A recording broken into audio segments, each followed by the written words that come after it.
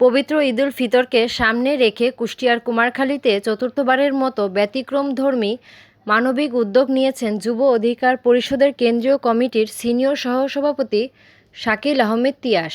মানুষের প্রতি ভালোবাসা নামের দোকান উদ্বোধন করে অসহায় ও নিম্ন আয়ের হাজারো মানুষদের টাকা ছাড়াই পছন্দের পোশাক বেছে নেওয়ার সুযোগ করেন তিনি। 12ই মার্চ দুপুরে কুমারখালী থানা মোড় সংলগ্ন মতি সুপার মার্কেটে এই দোকানের উদ্বোধন করা হয়। দোকানটির উদ্বোধন করেন শাকিল আহমেদ তিয়াসের বাবা নজরুল ইসলাম। উদ্বোধন অনুষ্ঠানে উপস্থিত ছিলেন কুমারখালী প্রেস ক্লাবের সভাপতি লিপু খন্দকার, কুমারখালী থানার ভারপ্রাপ্ত কর্মকর্তা জামাল উদ্দিন সহ স্থানীয় গণ্যমান্য ব্যক্তিরা। এই উদ্যোগের মাধ্যমে ঈদকে সামনে রেখে অসহায় ও নিম্ন আয়ের মানুষের মাঝে নতুন পোশাক বিতরণ করা হয়। দোকানে আসা মানুষেরা কোনো টাকা ছাড়াই নিজেদের পছন্দ অনুযায়ী পোশাক নিয়ে যেতে পারেন, যা এলাকাবাসীর মধ্যে ব্যাপক সাড়া ফেলেছে।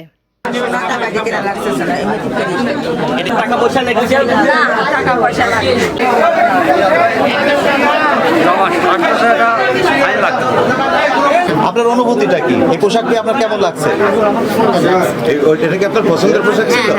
আপনি কি বাজার থেকে পোশাক কেনার ক্ষমতা আপনার ছিল?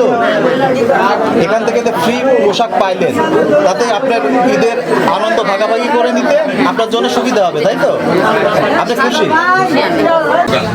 এটা আপনি পাইছে নেবেন, এখানে কোনো কেউ কারো দান করতেছে না, আপনার প্রাপ্য জিনিস আমি আল্লাহ আমাদের হয়তো দিয়াচ্ছে।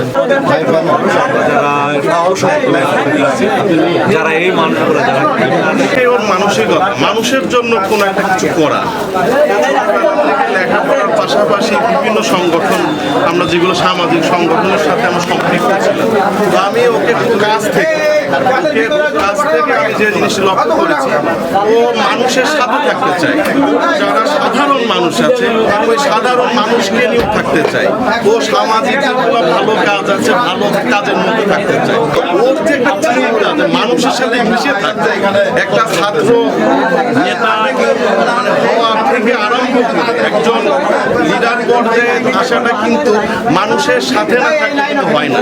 আজকের যে অবস্থানটা, এটা যে আজকে যে সর্বপ্রথম তা না, ও এমনকি আওয়ামী লীগের আমলে ওর নামে যখন বিভিন্ন ধরনের মামলা ছিল, আসামি ছিল, যখন মিথ্যা আর কি মামলা, এই সমস্ত অবস্থার পরিবেশের মধ্যেও ও কিন্তু কুমারখালী শহরের মধ্যে আসছে এবং ঈদের আগে সাধারণ মানুষের সাথে যে ছোট্ট যে মানে আমাদের বা আপনাদের কাছে কিন্তু মানে মনে হতে পারে যে একটি সাধারণ না, একজন সাধারণ মানুষের কাছে তার সন্তানের জন্য নিয়ে যাচ্ছে বা তার একটি শার্ট, একটি প্যান্ট, একটি ঈদের দিনকে তার পরিবারের কিন্তু অন্যরকম একটা কিন্তু উৎসাহ বা আনন্দের মধ্যে দিয়ে যাবে। সেটা একটি বিরল দৃশ্য যেখানে কিনা সাধারণ মানুষ আপনারা জামা কাপড় কিনতে পারেন এবং শাকিল আহমেদ তিয়াস আমাদের নেতা, তিনি এমন সুন্দর একটা উদ্যোগ নিয়েছেন যেখানে কিনা মানুষ স্বেচ্ছায় নিজে পোশাক বেছে নিতে পারবে এবং 1 টাকাও লাগবে না, ফ্রিতে পোশাক দিচ্ছে। ঈদের পোশাক তার নিজের ইচ্ছাতে সে যে কোনো পোশাক নিতে পারে, পাঞ্জাবি এবং টি-শার্ট, বিভিন্ন রকমের পোশাক আছে। তো আসলে এই উদ্যোগে তো আমি খুবই খুশি। শাকিল আহমেদ তিয়াস তার জন্য দোয়া করবেন, তিনি যেন আগামীতে এরকম কাজ আরো করতে পারে। আমার একটা শোরুম ছিল, আমি শোরুমে বসে আছি, মেজর সময় দেখতাম গ্লাসের বাইরে থেকে ওই সাধারণ মানুষ বাইরে তাকা থাকতো, চোখগুলো খুব ছলছল করতো। আমি 2-3 জনকে জিজ্ঞাসা আপনাকে কোনো কিছু পছন্দ হয়েছে, তো আমি ওখান থেকে দোকান থেকে দিয়ে দিতাম। তো আমার একটা সময় মাথায় আসলো যে ওটা তো দান অভাব করে, তো আমি প্রতি বছর একটা দোকান করবো। মানে বেশিরভাগ সময় হয় কি 30 থেকে 50 এই বয়সটা ফ্যামিলির চাপে নিজের ঈদ বলে কিছু আসলে রাখতে পারে না, মানে সেমাই চিনি বাচ্চা কাচ্চা সবার থাকে না, নিজের একটা নতুন পোশাক হয় না, অনেক সময় মসজিদের নামাজ পড়তে যেতে পারে না। তো এই জায়গা থেকে আমি চেষ্টা করেছি। আর আমি ব্যক্তি জীবনে একবার খুব কষ্ট পাইছিলাম, আমার মিথ্যা অনেকগুলো মামলা ছিল। আমি ছাত্র দলের রাজনীতিতে বিগত সময় ছিলাম।